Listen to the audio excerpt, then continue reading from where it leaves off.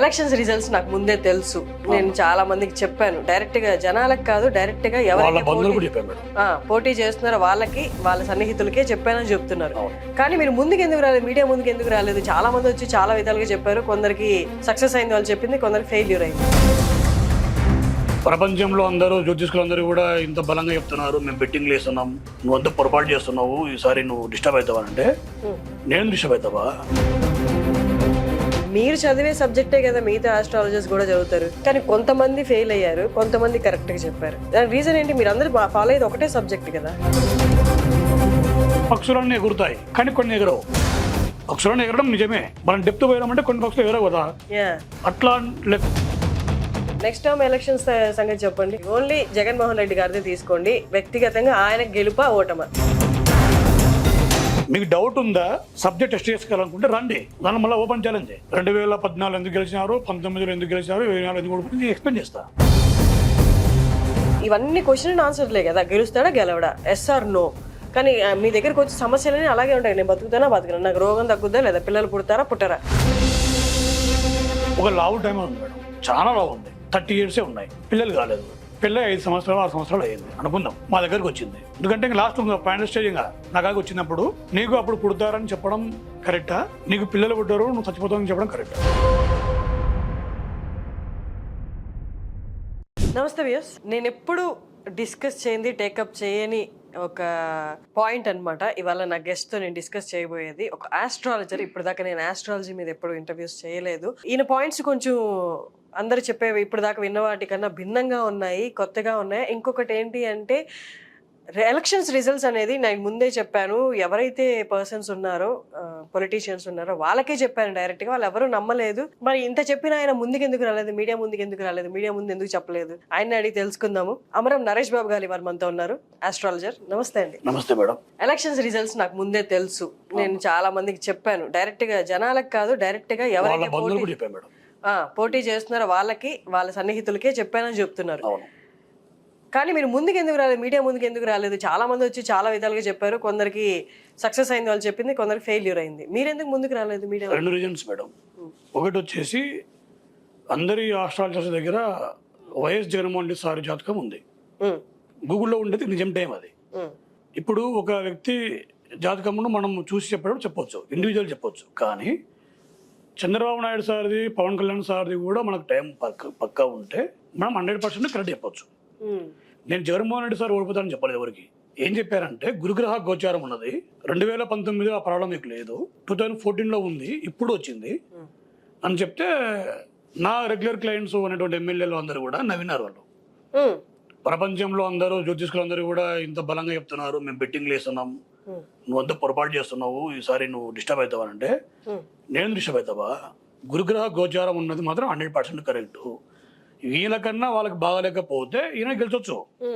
ఒకవేళ వాళ్ళు గురువర్గ జాతకులు అయితే మాత్రం 1000% మీరు ఓడిపోబోతున్నారు, ఇది ఫిక్స్ అని చెప్పిన.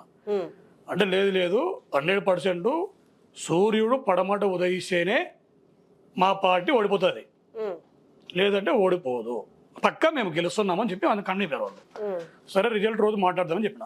నువ్వు ఫోన్ ఎత్తు ఖచ్చితంగా నన్ను, వాళ్ళు కూడా సరేలే చెప్పిన. బట్ నేనే ఫోన్ చేసిన వాళ్ళకి, తిరిగి మీరే ఫోన్ చేశారు. కానీ మీరు చదివే సబ్జెక్టే కదా మిగతా ఆస్ట్రాలజర్స్ కూడా చదువుతారు, కానీ కొంతమంది ఫెయిల్ అయ్యారు, కొంతమంది కరెక్ట్ గా చెప్పారు. దాని రీజన్ ఏంటి? మీరు అందరూ ఫాలో అయ్యేది ఒకటే సబ్జెక్ట్ కదా. ఒకటే మేడం, నేను రకరకాల మెథడ్స్ ఉన్నాయి, జెమిని అని, పరాశర అని, కేబీ సిస్టమ్ అని ఉన్నాయి. మేము పాటించేది పూర్వ పరాశర. వీళ్ళందరూ కూడా నక్షత్రం ప్రకారం చెప్తారు, అది ఆరుద్ర అని అదే ఉండే మేము అంటే చెప్పాం, లగ్నం ప్రకారం చెప్తాం మేము. లగ్నం అనేది చాలా ఓల్డ్ నుంచి వస్తుంది, రాశి నక్షత్రం అనేది జనరలైజ్డ్, అది నిజం కావచ్చు కాకపోవచ్చు. ఎందుకంటే పక్షులన్నీ ఎగురుతాయి కానీ కొన్ని ఎగరవు. పక్షులను ఎగరడం నిజమే, మనం డెప్త్ పోయామంటే కొన్ని పక్షులు ఎగరవు కదా. అట్లా లెక్క మాదనమాట. లగ్నం ప్రకారం చూసుకుంటే 1000% తప్పుపోదు. అదే ఇండివిజువల్ ఆరోస్కోప్ చెప్తున్నా, ఇండివిజువల్ ఆరోస్కోప్ మనం అట్లా నీట్ చేయొచ్చు. అంటే పబ్లిక్ లో జనాలు మొత్తం చెప్పాలి ఒక వ్యక్తి సీఎం అవుతాడా కాడా అంటే 175 నియోజకవర్గాలు into 3, Congress, YCP, TDP, NDA కూటమి, వాళ్ళ 3 జాతకాలు మన దగ్గర ఉంటేనే తప్ప ఆయన గెలుస్తాడు ఇది చెప్పడానికి అవుతుంది. ఇప్పుడు వీళ్ళందరూ ఎందుకు పొరపాటు ఉన్నారంటే మా ఆస్ట్రాలజర్స్ అందరూ జగన్మోహన్ రెడ్డి సారి లగ్నం వచ్చేసి మిథున లగ్నం, కన్యా లగ్నము. ఆ లగ్నంలో ఆయనకి బుధ దశ జరుగుతుంది. బుధుడు లగ్నాధిపతి కాబట్టి రియల్ టు దశమాధిపతి అనమాట. అంటే మీకు అర్థం కాదు, అర్థమవుతుంది.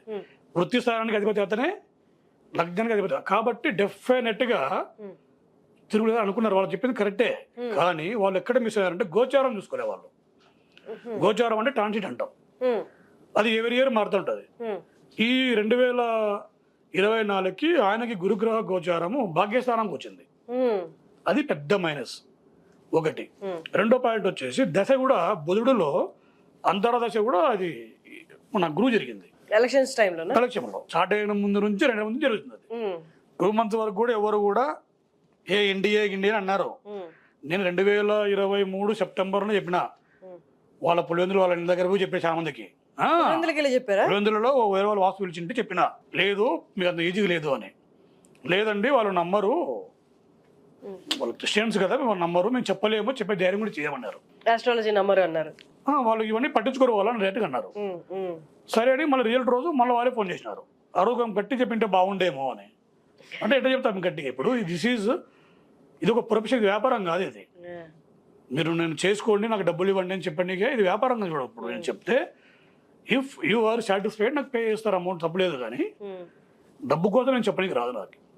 అలాంటి నేను ఫ్రీగా చెప్పాను, ఎందుకంటే నేను నా వ్యాపారాలు ఉన్నాయి కాబట్టి. నేను medical field madam, main hobby నాకు astrology. Okay, main profession medical, కానీ మీరు astrology bread and butter medical madam. నేను ఎవరు నా దగ్గరకు వస్తారో వాళ్ళకి మాత్రం చెప్తాను. సో ఇది మీరు ప్రొఫెషన్ కాదు, డబ్బులు తీసుకొని కన్సల్టేషన్స్ అలా ఏం లేదు. అంటే నాకు టైం వేస్ట్ అవుతుంది కాబట్టి చాలా మందికి ఫ్రీగానే చెప్తాము. లైక్ విఐపీస్ ఇప్పుడు కొంతమంది ఉంటారు, శాలరీ తీసుకునే వాళ్ళకు ఒకటి ఉంటుంది, శాలరీ ఇచ్చే వాళ్ళకి వేరే ఉంటుంది. శాలరీ తీసుకున్న దగ్గర తీసుకోము, అడగబుద్ధి కాదు, అట్లా ఏం పని ఉంది లేని మేము కూడా ఇస్తాం కదా, అందుకని ఫీలింగ్ ఉంటుంది వాళ్ళకి తక్కువ డబ్బులు వస్తుంటాయి కదా అని. కొంచెం డబ్బులు దండి ఉన్న వాళ్ళు వాళ్ళే ఇచ్చిపోతారు, అదే ఇబ్బంది ఏమి ఉండదు. ఓవరాల్గా అయితే మాత్రం ఈ కమర్షియల్ వ్యాపారం అయితే కాదు. నేను కమర్షియల్ ట్రీట్ చేయలేదు, చేయను కూడా. ఇంత ఖచ్చితంగా వాళ్ళకి చెప్పినట్టు, ఎవరైతే పొలిటీషియన్స్ ఉన్నారో వాళ్ళకి చెప్పినట్టు జనం ఇప్పుడు వచ్చారు కదా ఇంటర్వ్యూకి, అలా వచ్చి మీరు అప్పుడు ఎలక్షన్స్ ముందు ఎందుకు చెప్పలేదు? ఇదే మేడం, నాకు తెలిసేది జగన్మోహన్ రెడ్డి సార్ ఒక్కటి తెలుసు, వీళ్ళకి తెలియదు. రెండో పాయింట్ వచ్చేసి ఇప్పుడు ఎంతమందో ఫ్యాన్స్ మీరు అన్నారు కదా ఖచ్చితంగా జగన్ ఓడిపోతారు, ఓడిపోతాడు అనేది కాదు, గురుగ్రహ గోచారం ఉన్నది, అది ఆయనకి కంఫర్టబుల్ గా ఉండదు అంటే అర్థం. అది ఓడిపోవడమే. జ్యోతిష్యంలో ఎప్పుడు కూడా 100%, 1000% అని చెప్పకూడదు, ప్రాబబిలిటీ చెప్పాలా, దేర్ ఆర్ ఛాన్సెస్ అని చెప్పాలా. ఎందుకంటే ఇది డాక్టర్ సర్జరీ కాదు కదా మేడం, సబ్జెక్ట్ గొప్పది, మేమంత ఎక్స్పర్ట్స్ కాకపోయి ఉండొచ్చు, ది సబ్జెక్ట్ 100% గొప్పది. ఎందుకు చెప్తున్నమాట అంటే మనం పుట్టుకొద్దరు తెలిసిపోతుంది మనం ఏమవుతామని. మనం సినిమా హీరో అవుతామా, ఐఏఎస్ అవుతామా, ఐపీఎస్ అవుతామా, లేబర్ అవుతామా, లోఫర్ అవుతామా, అన్ని అర్థం బై బర్త్ డిసైడ్ అయిపోతుంది. మరి మా వల్ల బెనిఫిట్ ఏమంటే ఏ టైంలో మంచి టైం ఉంది, ఏ టైంలో బాగలేదు, ఆ మంచి టైంలో కొంచెం అలర్ట్గా ఉండు, చెడు టైంలో ఈ పనులు చేయొద్దు అని చెప్పడం మా ఉద్దేశం.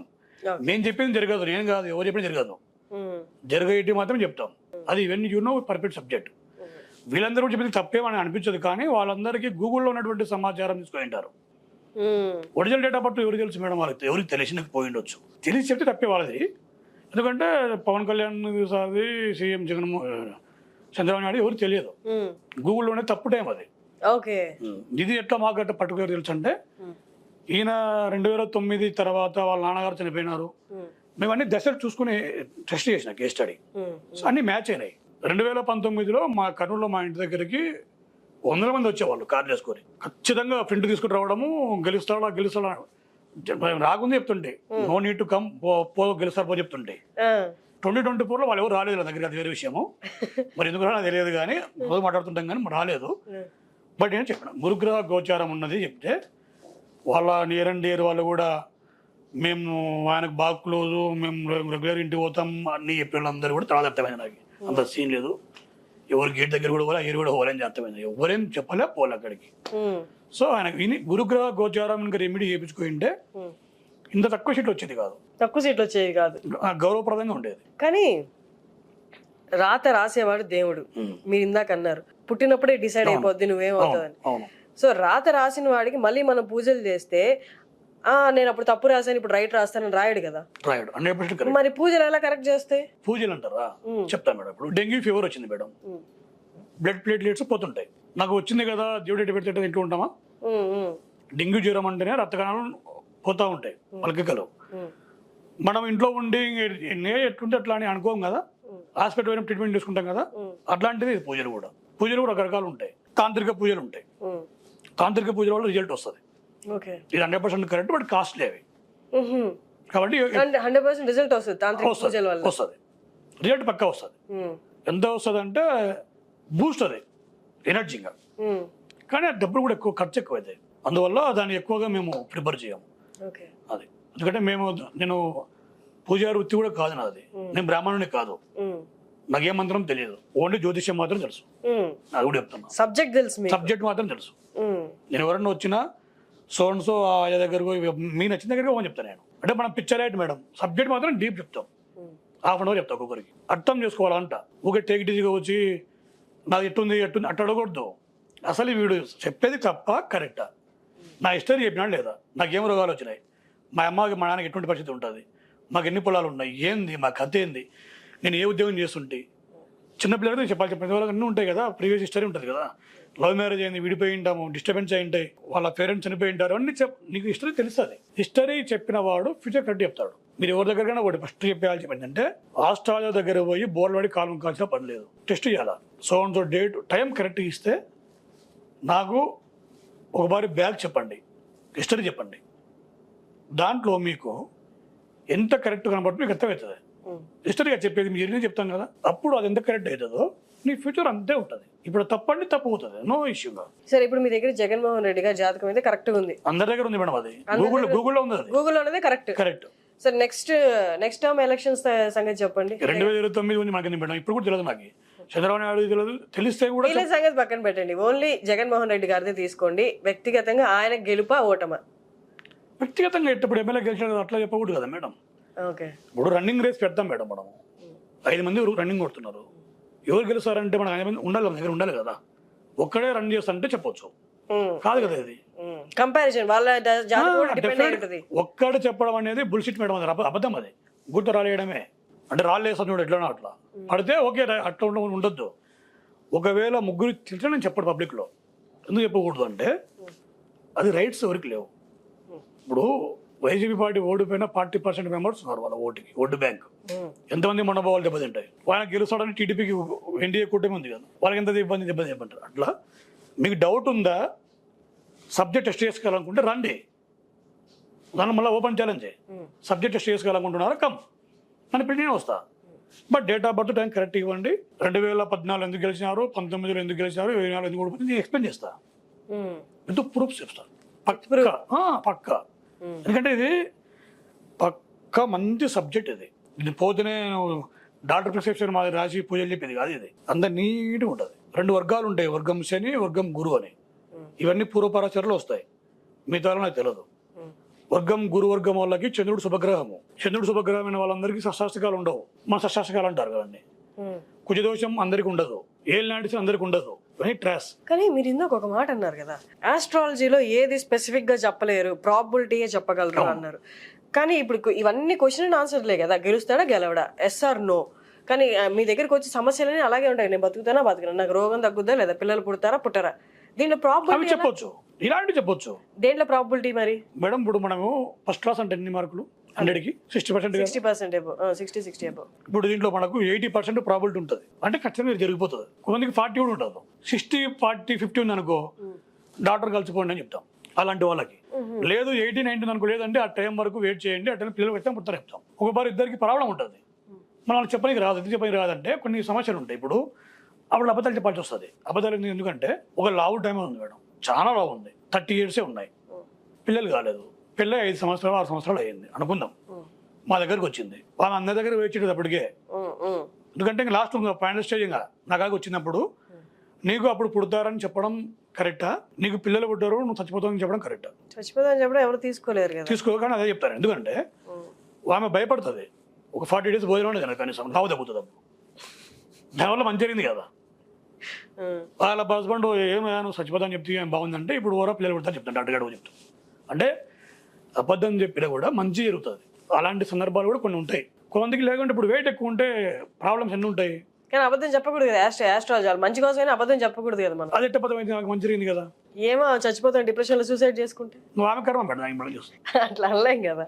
ఆయుష్ బాగుంది, ఈ టైం బాగాలేదు చెప్తాం. అట్లా అందరి ర్యాస్ చెప్పాం. అట్లా ఈ 40 days చాలా జాగ్రత్తగా ఉండాలమ్మా, నీ ప్రాబ్లం అవుతుంది.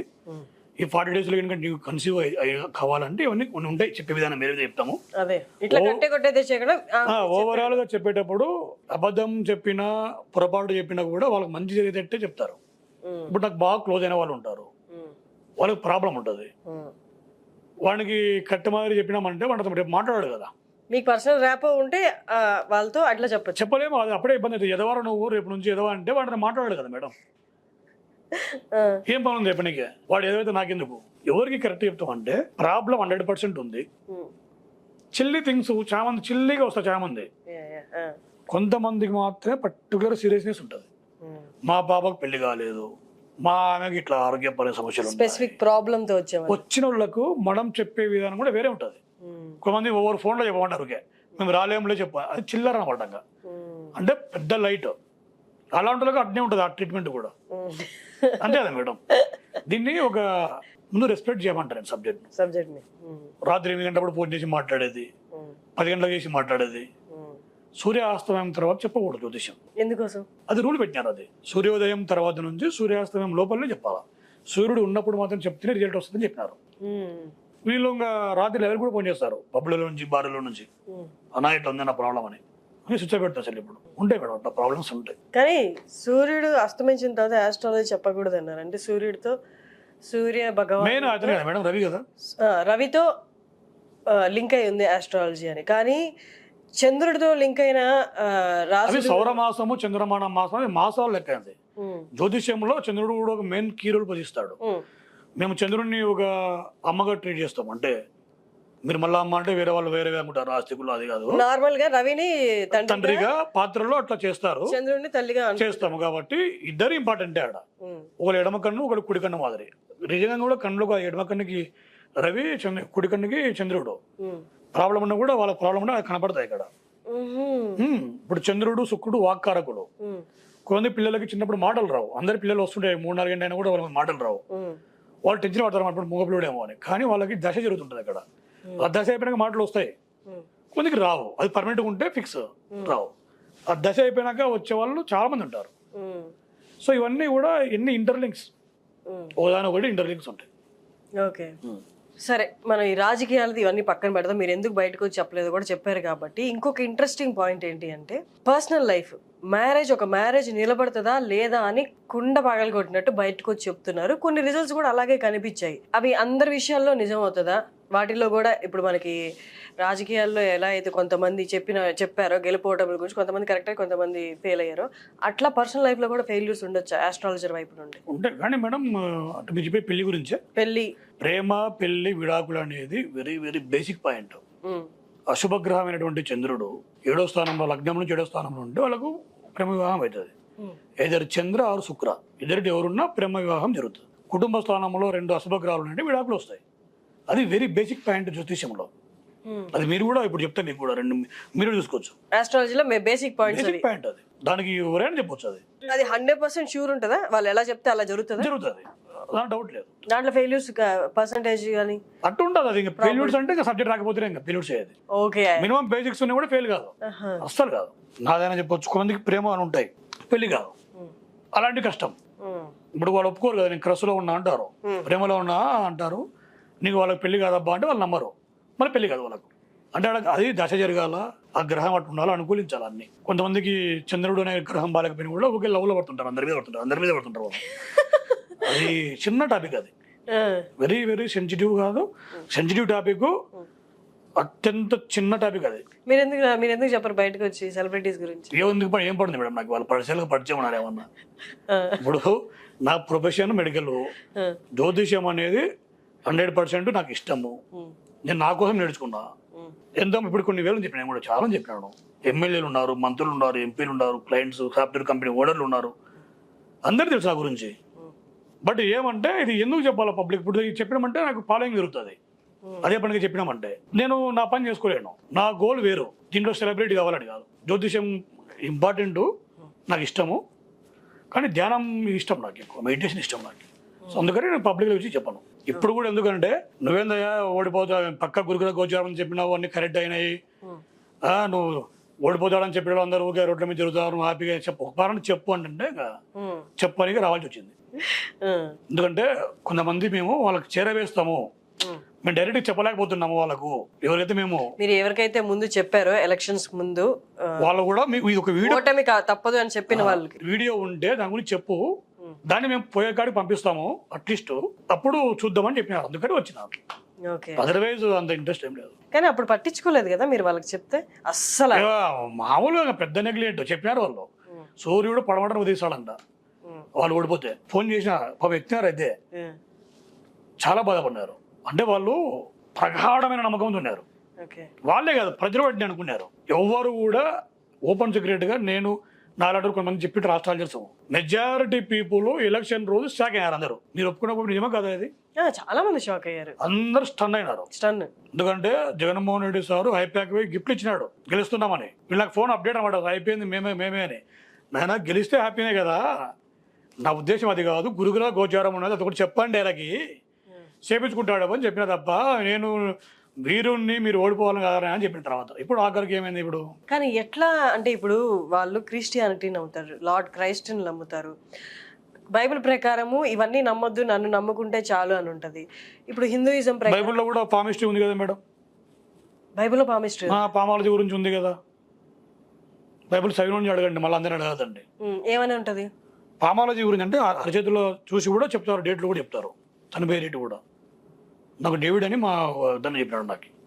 వాళ్ళు నాకు చాలా మంది పాస్టర్స్ నాకు క్లయింట్స్ ఉన్నారు మేడం. ఇప్పుడు మా వాడు చూడు, పాస్టర్స్ క్లయింట్స్ పూజలు చేయించుకుంటారు. రిలీజియన్ కి సంబంధించింది కాదు, గ్రహాలకు సంబంధించి. క్రిస్టియానిటీ 2000 సంవత్సరాల క్రితం లేదు, ఇస్లాం మతము 1400 సంవత్సరాల క్రితం లేదు. ఇది ఈ రోజు స్టార్ట్ అయింది ఏమన్నా మనది కొన్ని వేరే సంవత్సరాలు ఉండదు. గ్రహాలు ఇవన్నీ మనిషికి మనం డిసైడ్ చేసిన కులాలు మతాలు. గ్రహం అనేది పక్కాగా ఈడ వర్షం పడితే అందరం ఉంటాం, ఈడ ప్రతి మతం కూడా ఉంటాడు. అట్లా ఇవి సంబంధం లేదు. క్రిస్టియానిటీలో ఉన్నటువంటి గొప్ప క్వాలిటీ ఏమంటే ప్రసాదం తినము, మేమేం మళ్ళీ అన్ని పనులు చేసేది మన దగ్గరనే, అదే టెంపుల్ దగ్గరనే అడుక్కుంటుంటారు. బెగ్గర్స్ ఉన్నారు క్రిస్టియన్స్, ఎవరు చేయాలని ఉద్దేశం కాదు, ఉంటారు. మన ప్రసాదం దీన్ని తీసుకోరు, దక్షిణ తీసుకుంటారు. మనం ఇష్టం కదా అది తీసుకుంటారు, బొట్టు పెట్టించుకోరు. ఆఖరికి వాళ్ళు యేసుప్రభునే 8 మందికి మార్చారు వాళ్ళు. ఇప్పుడు ధ్వజస్తంభం అని ఏంది చూసారా మీరు? అవన్నీ ఉన్నాయా వాళ్ళకి మేడం? ఉన్నాయి, అవన్నీ ఉన్నాయా ఫస్ట్ నుంచి? తమిళనాడు చాలా చర్చెస్ లో ధ్వజస్తంభం ఇక్కడ ఉంది, మన గాజుల రామవరంలో ఉంది ఒకటి మేడం. ఎవరు ఎక్కడికి పోరు, అందరి బీజాలు హిందుత్వంలో ఇటు వచ్చినట్టువే, ఎవరు కొత్తలకు రాలే. ఇది నిజమే కాదా? భారతదేశంలో పుట్టిన ప్రతి ఒక్కటి హిందువే కదా, ఓపెన్ సీక్రెట్ అది. అందరు మైగ్రేటెడ్ పీపులే కదా, మన వాళ్ళే మతం మారింది కదా, ఎవరైనా కొత్త వాళ్ళు మారినారా? మన వాళ్ళు మారినారు, వాళ్ళ పిల్లలు వాళ్ళ గురించి అనుకుంటారు అది. సో ఒకటి మేడం, ఏ మతాన్ని ఉండండి, ఎవరికి ఉద్దేశించి బ్యాడ్ కానీ కాదు, నీవు ఒక బార్ చెప్పించుకో. బ్లైండ్ ఎవరిని కూడా అది వేస్ట్ అని వద్దంట నేను. ఇప్పుడు వితౌట్ నోయింగ్ ఎనీథింగ్, ఏమి తెలియకుండా ఒకరిని కామెంట్ చేయొద్దు అంట. అది సబ్జెక్ట్ అయినా సరే, మనిషి అయినా సరే. నేను ఇప్పుడు క్రిస్టియన్స్ నాకు 7 ఫ్రెండ్స్ ఉన్నారు, పాస్టర్ నాకు క్లయింట్స్ ఉన్నారు, తెలుసా మీకు?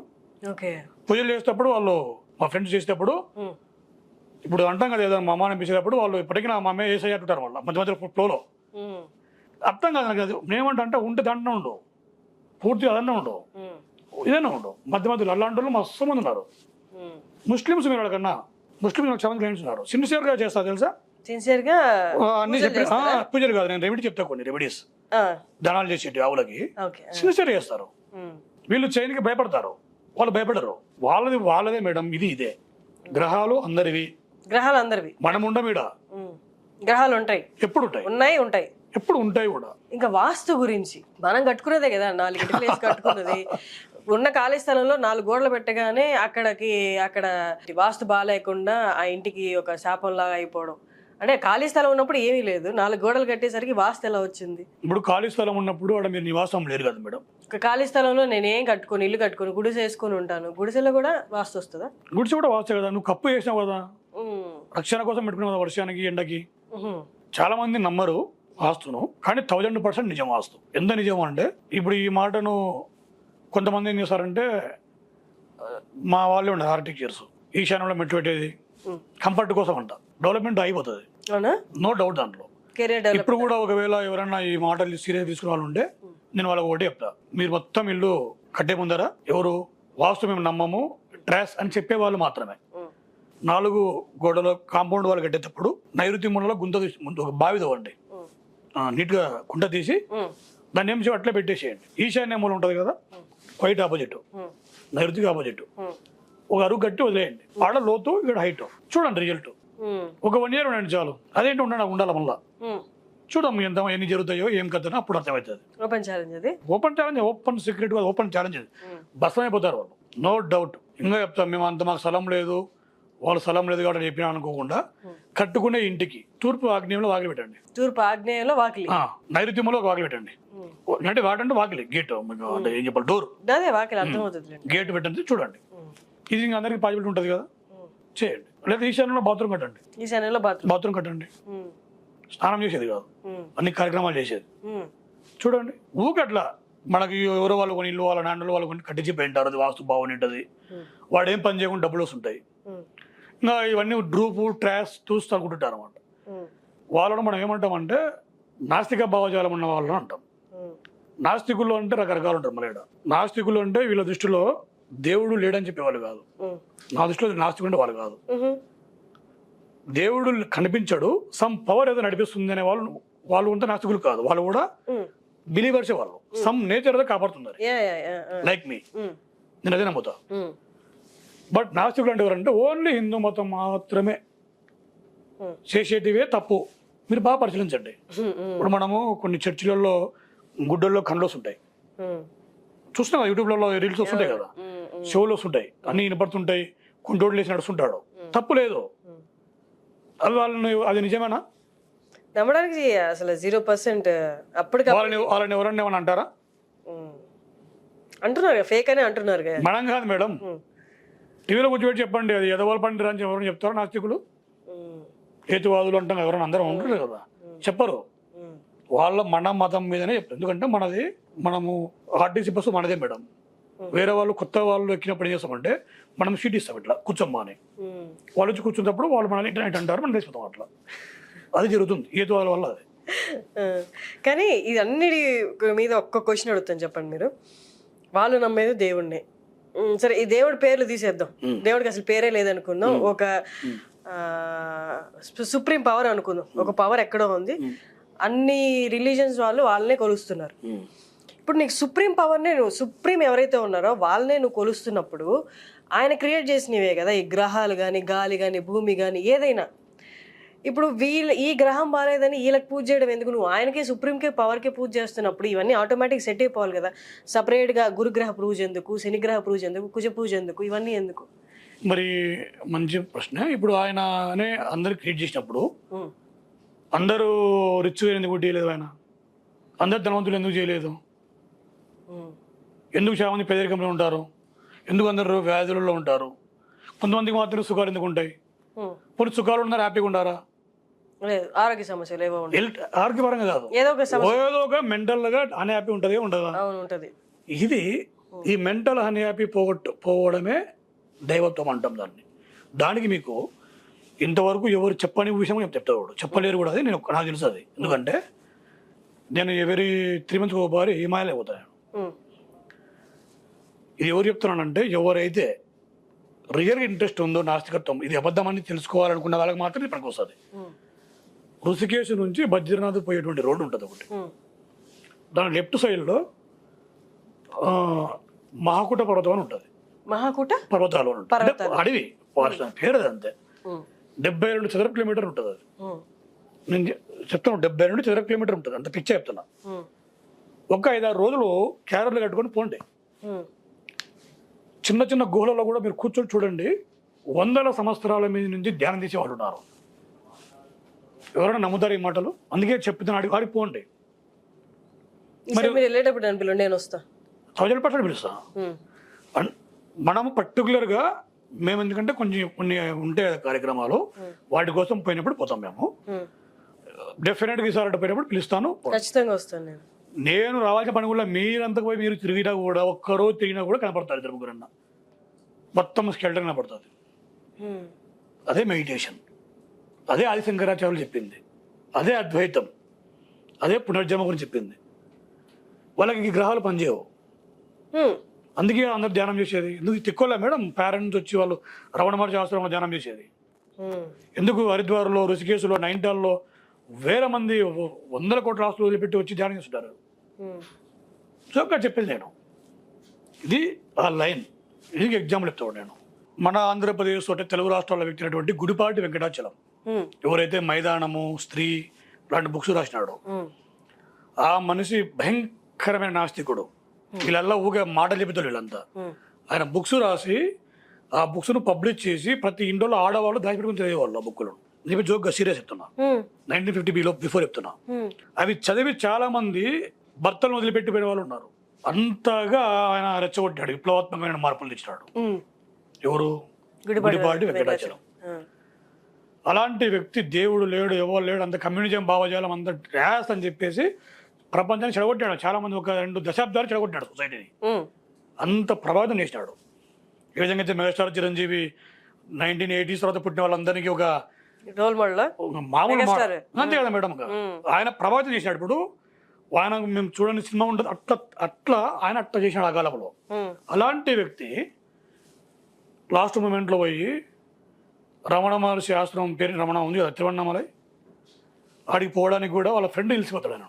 నేను ఆడికి పోయినప్పుడు నువ్వు కూడా ఏం మాట్లాడదురా, డిస్టర్బ్ చేయొద్దు, అపోజిషన్గా మాట్లాడొద్దు, అంటే పద్ధతిగా మాట్లాడాలని చెప్పి తెలిసిపోతాడు. ఫ్రెండ్ తీసుకెళ్తారు ఆయన్ని. సరే అని పోయి పోతాడే మనిషి. వన్స్ ఒక్కసారి ఆయన రమణ మహర్షిని చూసిన తర్వాత ఆ రోజు నుంచి ఇంటికి రాలేవు. ఆయన అక్కడే ఉండిపోయారు. ఇవాళ దేర్ షెటిల్ అక్కడే షెటిల్ అయినాడు, అక్కడే ఉన్నాడు. ఆయన సమాజం అక్కడే ఉంది. మరి అందరూ పోయి కాదయా అన్ని బుక్కులు రాసినావు, అన్ని మాటలు చెప్పినావు, సమాజం నాశనం అయిపోయింది కదా అంటే, అప్పుడు బుద్ధి గడ్డిని రాసిన అన్నారు. సింపుల్. ఆయన కన్నా గొప్పలా వీళ్ళు ఈరోజు మాట్లాడుతున్నారు. ఎందుకంటే దాని అర్థం ఏంటంటే, భాగ్యస్థానం అనేది ఒకటి ఉంటుంది మాకు. లగ్నం నుంచి భాగ్యం 9వ స్థానంలో అశుభ గ్రహాలు ఉన్నప్పుడు వాడు పూజ్యులను, బ్రాహ్మణులను, పెద్దలను, ఏ మతమైనా సరే ఆ మత పెద్దలను కించవరుస్తుంటాడు. ఆ దశ అయిపోయిన తర్వాత మంచి దశ వచ్చినప్పుడు వీడు మళ్ళా సాంప్రదాయని శుద్ధ పూసని మారేతాడు. సో నువ్వు అది తెలుసుకోలేనప్పుడే వాడిని కామెంట్ చేయాలి. ఈవెన్ ఎందుకు నేనేమంటానంటే, ఈ సబ్జెక్టు జ్యోతిష్యం అనేది వాళ్ళు ఓడిపోవడం, వీళ్ళు గెలవడం, మళ్ళీ వాళ్ళు గెలుస్తారు, వాళ్ళకి గోచరం వాళ్ళకి గెలుస్తారు, వీళ్ళు ఓడిపోతుంటారు. ఇది అలా ఒకరోజు జరిగేది కాదు. ఇది మీరు ఎవరి దగ్గరికైనా పోయినప్పుడు, ఇప్పుడు మేము ఒక వ్యక్తి అందరూ చెప్పలేడు కదా, పాసిబిలిటీ కూడా కాదు. నా హిస్టరీ ఏంది, నా ఫ్యూచర్ ఏమి, ఇవి రెండు మీరు చేసుకోండి. మీకు ఏమన్నా అంటే టైం బాగాలేనప్పుడు మీకు పూజలు చేసుకొని మీరు రెమెడీలు చేసుకుంటారా? నేను ఎక్కువగా ఫీల్ కావద్దండి. నేను ఎందుకు కానీ నేను పూజలు నేను చేయను, రావు.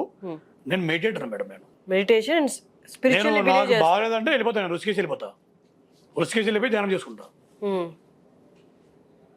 10 రోజులు వెళ్ళిపోతాను. నేను ఫోన్ స్విచ్ ఆఫ్ పెట్టి వెళ్ళిపోతా. 10 రోజులు ధ్యానంలో వెళ్ళిపోతాను. అంటే నేను ఇంకా గొప్పవాడి కాలేదు, ఇంకా స్టిల్ ప్రయత్నంలో ఉన్నాం. భూమి కన్నా వయసు పెద్దవాళ్ళది ఉంటాం మనం, జోక్గా చెప్పేది. అప్పటి నుంచి ఉంటుంది సోల్. చాలా గొప్పది ఇది. ఏమంటే ఈ సబ్జెక్టు మేమేమంటే జ్యోతిషం ఇష్టంతో ఎందుకు చేసినంటే, నాకు ధ్యానం సైడ్ ఉందా లేదా తెలుసుకోవడానికి నేను వచ్చినటువంటి రూట్ ఇది. ఆ క్రమంలో ఇది సక్సెస్ అవుతుందా ఫెయిల్ అవుతుందా అని చెప్పేసి రకరకాల వ్యక్తులకు పరిశీలించి, ఇప్పుడు కాదు 2015 నుంచి చేయడం వల్ల నేను ఏం దీన్ని సింప్లిఫై కూడా చేయలేదు. పూర్వపరాశ రెట్టు అట్లా చెప్తాను నేను.